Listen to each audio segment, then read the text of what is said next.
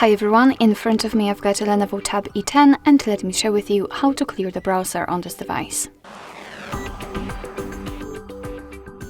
So let's start with opening the browser. In my case it will be Google Chrome, and now let's simply tap on the three dots icon in the right upper corner and tap on the history. And as you can see, this is the list of all previously visited websites, and of course you can remove them manually and just by tapping on this X button right next to it. But let's be honest, if in your case this list is really long, then removing everything manually is not the most efficient way. So let's simply tap on Clear Browsing Data. And here we can remove some basic options and advanced options.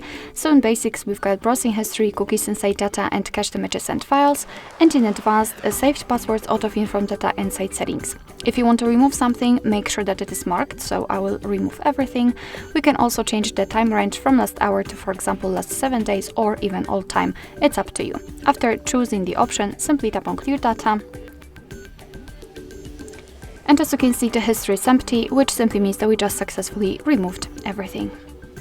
Alright, so that will be all. Thank you so much for watching. I hope that this video was helpful, and if it was, please hit the subscribe button and leave the thumbs up.